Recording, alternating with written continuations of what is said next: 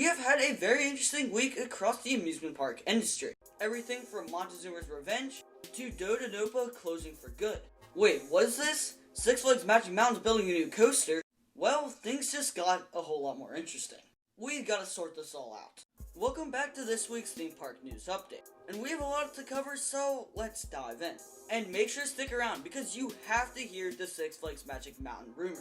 Because I must say, they were definitely not what I expected. But more on that in just a sec.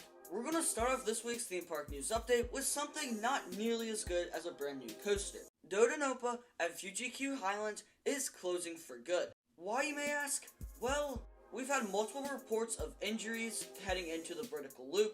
Honestly, it probably wasn't too popular with the average theme park guest, given that you accelerate to like 150 miles per hour in less than 2 seconds. And I'm almost certain that this is an absolute maintenance nightmare for Fuji Q Highlands. I mean, an air compressed launch and like 150 miles per hour, yeah, that's not going to be fun to maintain. Now, I know a lot of you are probably kind of disappointed because you have never gotten to ride this coaster. And I have to say, I'm a little disappointed too.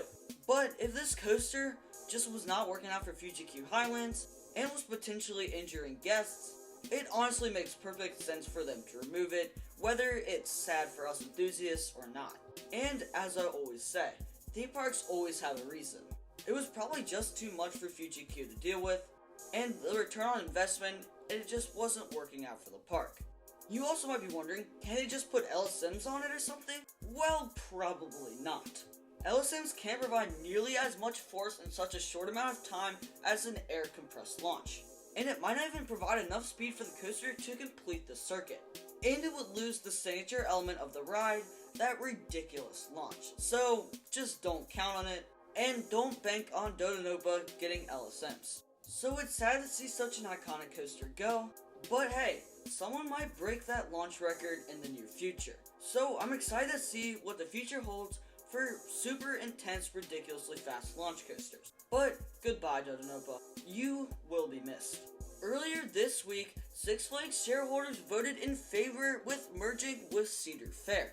This means that the merger has pretty much confirmed.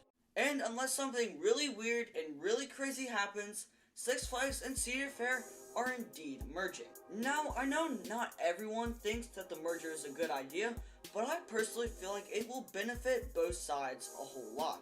It opens the door for a lot of manufacturers, brings even more amusement park operating experience, and it just brings a whole new perspective to both companies. And it should honestly help pretty much every Cedar Fair and Six Flags park out a whole lot.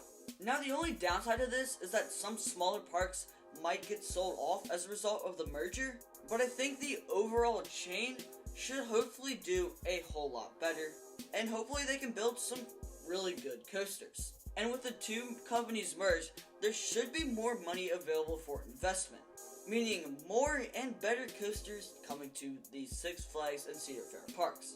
So overall, I'm a fan of this. I really hope nothing weird happens that like shoots this down.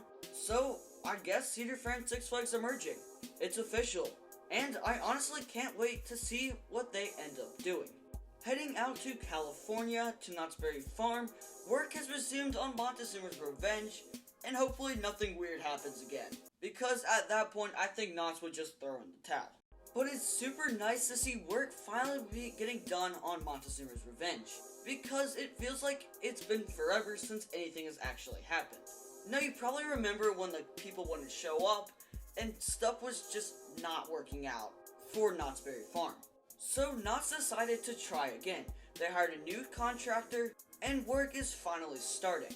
Now let's hope nothing weird happens, and that Knott's can just get this project done smoothly and quickly, so we can all go ride the brand new Montezuma's Revenge.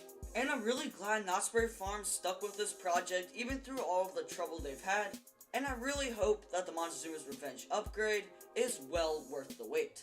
Staying in California, in a little bit of an unexpected move, SeaWorld San Diego is getting a brand new front entrance. It appears that SeaWorld is just trying to make this look more professional, nice and simple, and to be honest, I don't really know much more than that. New park entrances are always welcome because they make the park feel cleaner and better, and a good entry experience just sets the tone for a really nice day at the park. So it's nice to see them getting an improved front entrance, and I can't wait to see what it ends up looking when they're finally done with it. And honestly, it'd be pretty cool if they incorporate some like fish or stuff, you know, like water plants and stuff. That would be really cool. But I guess we'll have to wait and see what they end up doing. Heading up north to Canada's Wonderland, we have just got updates on what's going to be brand new for the 2024 season. Canada's Wonderland appears to be switching around their front entrance as well, rerouting some stuff, changing like security checkpoints, and hopefully making it a smoother and efficient process to get in and out of Canada's Wonderland. Canada's Wonderland is also renovating their Wonderland store near the front entrance, hopefully making it nicer, like giving it like a little refresh, a little update, and maybe even adding some brand new merch. Moosehorn Falls, their brand new water slide, is still expected to open with the water park on May 25th, even though the water slide is still under construction. Now, there is a good chance that the water slide does open with the water park on May 25th, but they might be cutting it a little close. So if riding that water slide is a big priority for you, I would plan the trip maybe like a week or two later, just to make sure that the brand new water slide in Moosehorn Falls is indeed open. I like all these updates that Canada's Wonderland is doing, and I really feel like that every park should do this every once in a while. So good job, Canada's Wonderland. And finally, for the moment you've all been waiting for, we gotta talk about Six Flags Magic Mountain. So Six Flags Magic Mountain is teasing their new for 2025 attraction, and we've just started the 2024 season. So, and normally when a park hypes up an attraction this early, is normally pretty major. So Six Flags Magic Mountain put this like bird, kind of like robot, on the construction wall. That is probably what the theme of their new for 2025 attraction, and this kind of got me thinking. Birds kind of like fly and swoop, and you could do a cool robotic themed Giga coaster. Yes, that's probably a bit of a stretch, but it's fun to imagine as Six Flags Magic Mountain we're going to build a Giga coaster. Now there's a chance that this isn't a Giga and just like a family or a kiddie coaster or something, but the bird and like robot theme suspiciously sounds kind of like a major attraction, like space kind of vibe. And honestly, if this is done right, whether it's a Giga or not, it could still be really cool. But yeah, I'm super excited to see what this actually ends up being, and I will keep you all updated on any new developments we have for Six Flags Magic Mountain. So make sure you're subscribed so you do not miss out on any updates regarding Six Flags Magic Mountain's brand new coaster. Because who knows, maybe it's a Giga. But I guess we'll have to wait and see.